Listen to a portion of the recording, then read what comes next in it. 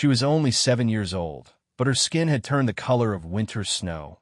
Her breath came in shallow gasps, and her eyes grew dimmer with each passing sunrise. Millions of dollars spent on the world's best doctors, the most advanced treatments, the most expensive specialists. Yet nothing worked. The little girl was fading away in her own bedroom, and no one could explain why. Her father, one of the most powerful men in the country, watched helplessly as his only child slipped further from life each day. That's when Claire Morgan arrived, a quiet nanny with gentle hands and observant eyes. She wasn't chosen for her credentials or her experience.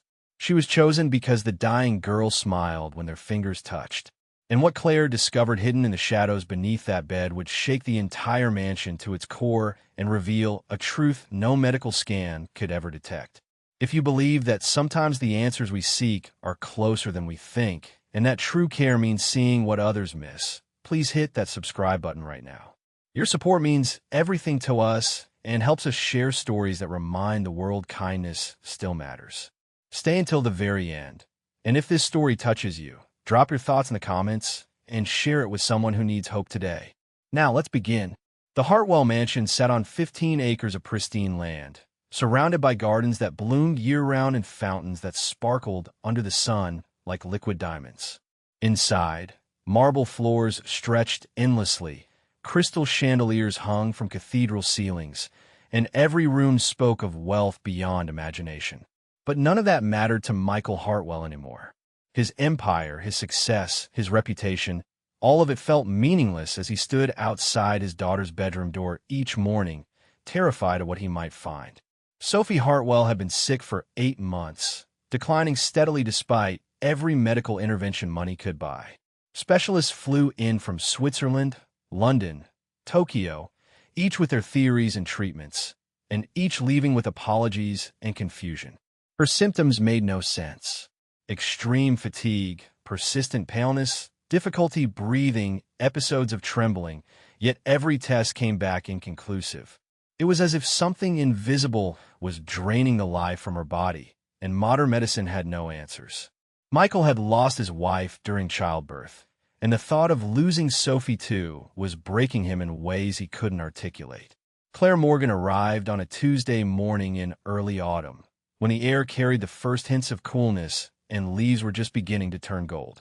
She was in her early 30s, with soft brown eyes that seemed to notice everything and a presence so calm it felt like standing near still water. She hadn't been Michael's first choice for a nanny. In fact, she had barely made it past the initial interview. Her resume was unremarkable. She had worked with only a handful of families, and she spoke so quietly that the head of household staff almost dismissed her entirely. But then Sophie, who hadn't spoken more than a few words in weeks, had reached out and touched Claire's hand during their introduction. That single gesture, small but deliberate, made Michael's decision for him. If his daughter responded to this woman when she responded to no one else, that was reason enough. Claire moved into the mansion that same week, taking a room adjacent to Sophie's, and immediately began her vigil over the fragile child who barely clung to consciousness most days. The first thing Claire noticed was the room itself. Sophie's bedroom was enormous, decorated in soft whites and creams, with plush carpet, gauzy curtains that filtered sunlight into gentle beams, and furniture that looked like it belonged in a palace. Everything was immaculate, cleaned daily by a rotating staff of housekeepers who moved through the space like ghosts. Yet despite all this perfection, something felt wrong. Claire couldn't name it at first, just an instinct that prickled at the back of her mind whenever she stepped across the threshold. The air felt heavy, almost oppressive, as if the room itself was holding its breath. Sophie spent most of her time in bed, barely moving, her small frame lost among oversized pillows and silk sheets. Her breathing was shallow and labored, and sometimes she would wake with a gasp, eyes wide with terror, though she never explained why. Claire would sit beside her, holding her hand, speaking softly, trying to bring comfort to a child who seemed trapped in a nightmare no one else could see. Days turned into weeks, and Claire watched everything with increasing concern and growing determination to find answers where others had failed. Claire began a systematic investigation, not with medical equipment or tests, but with simple observation and intuition. She noticed that Sophie's condition worsened dramatically when she spent extended periods in her bedroom, but improved slightly when taken outside to the garden or moved to other parts of the house. The pattern was undeniable. Something about that specific room was affecting her. Claire checked for mold, inspected the ventilation system, examined the paint and carpet for toxins, removed all flowers and plants in case of allergies, and even had the cleaning products changed to completely natural alternatives. Nothing made a difference. She rearranged furniture, opened windows wider, adjusted the temperature, changed the bedding to hypoallergenic materials, yet Sophie continued to decline. Michael watched these efforts with a mixture of hope and desperation, wanting to believe that this woman who his daughter trusted might succeed where teams of specialists had failed. But as another week passed with no improvement, even his fragile hope began to crack. Then one afternoon, as golden light slanted through the windows and Sophie drifted into another troubled sleep, Claire felt that instinct sharpen into certainty. The answer was in this room. She just hadn't looked in the right place yet. Sophie lay perfectly still, her chest rising and falling in a rhythm that seemed too slow, too weak. Claire stood beside the bed, her mind racing through possibilities she hadn't yet explored. Her eyes traced the perimeter of the room, examining every corner, every surface, every shadow. Then her gaze dropped downward to the space between the bed and the floor, hidden by an elegant white bed skirt that brushed against the carpet. Something pulled her attention there with an urgency she couldn't ignore. She knelt slowly, her heart beginning to pound, and lifted the fabric with trembling fingers. The space beneath was dark, but as her eyes adjusted, she saw it. A wooden chest, old and weathered, sitting in the shadows like it had been waiting to be discovered. Dust covered its surface, but the items inside were arranged with deliberate care. Claire's breath caught her throat as she reached for it, her instincts screaming that everything was about to change. She pulled the chest into the light, and what she found inside would reveal a truth that no doctor, no specialist, no amount of money could have uncovered.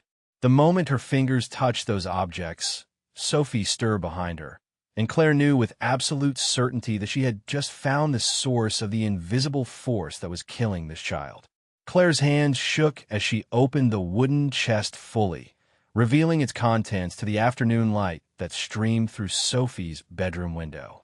Inside lay objects that didn't belong in a modern mansion, items that spoke of old beliefs, ancient practices, and something far darker than Claire wanted to acknowledge. A faded photograph showed a severe-looking elderly woman with cold eyes and a rigid posture, the kind of face that held judgment and bitterness like treasured possessions. Beside it lay a tarnished locket that had turned green with age, a bundle of dried herbs tied with string that had begun to fray and rot, a rosary with beads so old they had cracked and split, and several pieces of yellowed parchment covered in symbols Claire didn't recognize but instinctively feared. These weren't forgotten keepsakes or innocent mementos. They had been placed there with intention, arranged with purpose, and hidden with deliberate care. The air around the chest felt different, heavier somehow, as if the objects themselves carried weight beyond their physical form. Claire's throat tightened as understanding began to dawn, terrible and undeniable. Behind her, Sophie stirred in the bed, making a small sound that was part whimper, part gasp. Claire turned quickly, her protective instincts flaring, and watched as color, just the faintest hint of pink, began to return to the child's pale cheeks. Her breathing seemed to ease slightly, becoming less labored, less desperate. It was subtle, but it was real. Claire looked back at the chest, then at Sophie, then at the chest again, her mind racing to make sense of what she was witnessing. She needed Michael. She needed him to see this, to understand what had been hidden beneath his daughter's bed for God knows how long. She stood quickly and moved toward the door, but stopped when she heard footsteps in the hallway. Michael appeared in the doorway, his tie loosened, his face carrying the exhaustion of another day spent drowning in work to avoid drowning in fear. He looked at Claire, then at the open chest on the floor, and his expression transformed from confusion to recognition to horror in the span of 3 heartbeats. His face drained of color, and he staggered slightly, grabbing the doorframe for support. Michael crossed the room in 3 long strides and dropped to his knees beside the chest, his hands hovering over the photograph without touching it, as if the image itself might burn him. His voice came out hoarse and broken as he explained what Claire was looking at. The woman in the photograph was his late wife's mother, a woman who had despised him from the moment they met, who had blamed him for every hardship her daughter faced, who had cursed him at the funeral and sworn he had destroyed her daughter's life. She had died angry and bitter before Sophie was even born, but not before attempting to place protective charms around the newborn baby, cultural rituals rooted in beliefs Michael didn't understand or respect. He had dismissed them as superstition, ordered everything removed, and believed his staff had complied years ago. But somehow, impossibly, this chest had found its way back beneath Sophie's bed, and whatever protection those items were meant to offer had been twisted into something malevolent, something that was slowly killing his child instead of keeping her safe. Claire listened to Michael's confession with growing understanding and mounting urgency. She didn't waste time questioning how or why or who had placed the chest there. That didn't matter now. What mattered was getting these objects away from Sophie immediately. She reached into the chest carefully, not wanting to disturb anything more than necessary, and began removing each item one by one. The photograph first, its edges crumbling slightly in her fingers. Then the locket, cold and strangely heavy for its size. The herbs, which released a musty, unpleasant odor when touched. The rosary, its broken beads clicking softly against each other. And finally, the parchment papers, their surfaces covered in ink that had faded but still carried the energy of whoever had written those symbols. As each item left the shadowed space beneath the bed, the room itself seemed to shift. The oppressive heaviness that Claire had felt since her first day began to lift, as if someone had opened an invisible door and let fresh air rush through. Michael felt it too. His shoulders, which had been hunched with tension for months, slowly straightened. The air became easier to breathe, and Sophie, still sleeping on the bed, took a deeper breath than Claire had heard from her in weeks.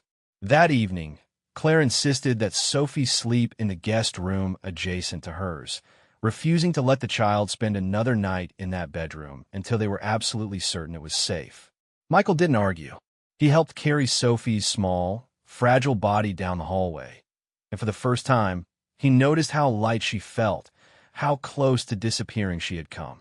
They laid her gently on the guest bed, and Claire settled into a chair beside her, determined to keep watch through the night.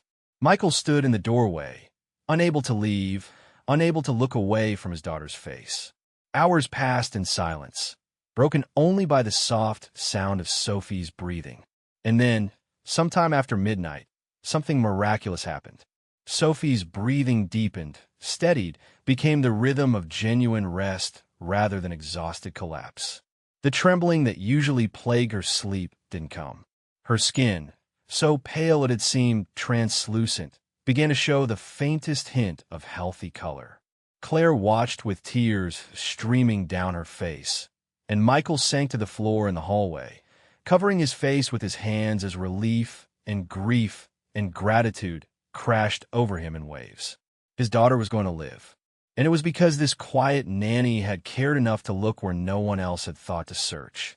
Morning arrived with golden light that felt warmer and brighter than any sunrise the mansion had seen in months. Sophie woke slowly, naturally, without the gasping terror that usually accompanied her return to consciousness.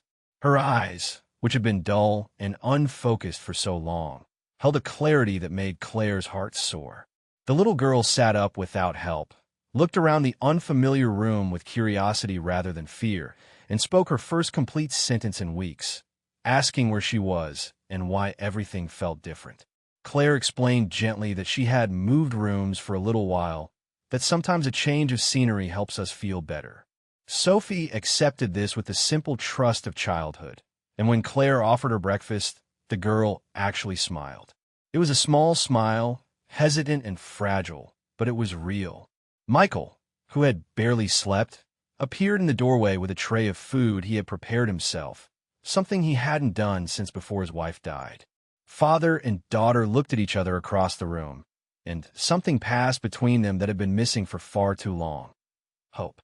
Days turned into weeks, and Sophie's transformation was nothing short of miraculous.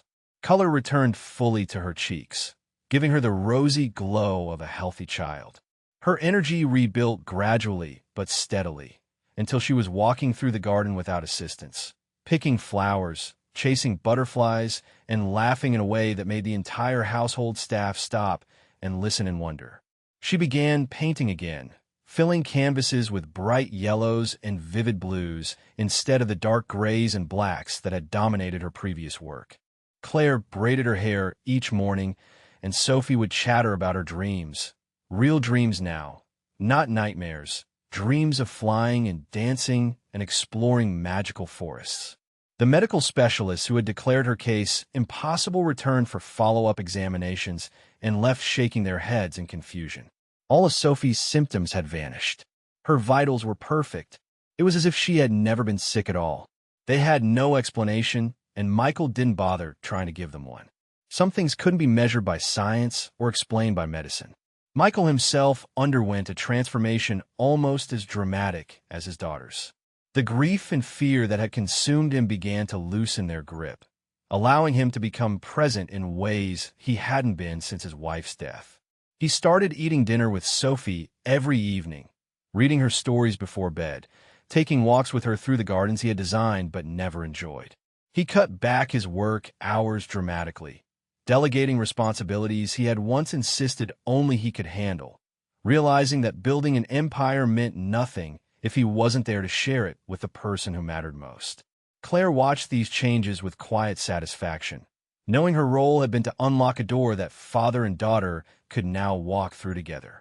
One afternoon, Michael found Claire sitting with Sophie by the library window, sunlight streaming through the glass and illuminating the book they were reading together. Sophie's head rested comfortably against Claire's shoulder, and both of them were completely absorbed in the story. Michael stood in the doorway for a long moment, simply watching, feeling something unclench inside his chest that had been tight for years. He approached them quietly, and when Claire looked up, he met her eyes with an expression of gratitude so profound it needed no words. But he spoke anyway, thanking her not with grand gestures or expensive gifts, though he would have given her anything she asked for, but with simple, heartfelt sincerity. He told her she had saved his daughter's life. More than that, she had saved his life too, because a world without Sophie was a world he couldn't bear to imagine. Claire accepted his thanks with the same quiet grace she brought to everything, reminding him that sometimes healing doesn't require expertise or credentials. Sometimes it just requires someone who cares enough to pay attention, to look beneath the surface, literally and metaphorically, and to trust their instincts when something feels wrong. Michael promised to become the father Sophie deserved, to be present and attentive and loving in ways he should have been all along. Claire stayed on, not just as a nanny, but as a permanent part of their family, helping to transform the mansion from a place of silent grief into a home filled with warmth, laughter, and genuine connection. The wooden chest and its contents were sealed in a metal box and taken far from the mansion, locked away where they could never harm Sophie again. Michael hired investigators to determine who had placed it beneath his daughter's bed, but the trail went cold quickly. Staff members had come and gone over the years, and pinpointing responsibility proved impossible. Eventually, Michael stopped searching for answers to that question. It didn't matter anymore. What mattered was that Sophie was healthy, thriving, and surrounded by people who loved her. The bedroom where she had nearly died was completely renovated, stripped down to the studs, and rebuilt with new materials, new furniture, new energy. When it was finished, Sophie chose not to return to it, preferring instead the smaller, cozier room near Claire where she had first begun to heal. Michael didn't argue. He understood that some spaces hold memories too heavy to overcome, and that choosing where we feel safe is an act of wisdom, not weakness. The mansion, once a monument to wealth that felt hollow and cold, became a place where love mattered more than luxury, where presence mattered more than possessions. If this story touched your heart, please take a moment to like, comment, and subscribe to Prime Stories. Share this with someone who needs to remember that sometimes the answers we seek are closer than we think, and that true healing begins when someone cares enough to look deeper. Your support helps us continue bringing stories of hope and transformation to people who need them most. Before you go, comment. Healing begins when someone cares. Sophie's story wasn't just about removing cursed object from beneath a bed. It was about the power of attention, intuition, and love. It was about a nanny who refused to accept that nothing could be done. And it was about a father who learned that his greatest success wouldn't be measured in dollars, but in the sound of his daughter's laughter echoing through a home that finally felt alive again.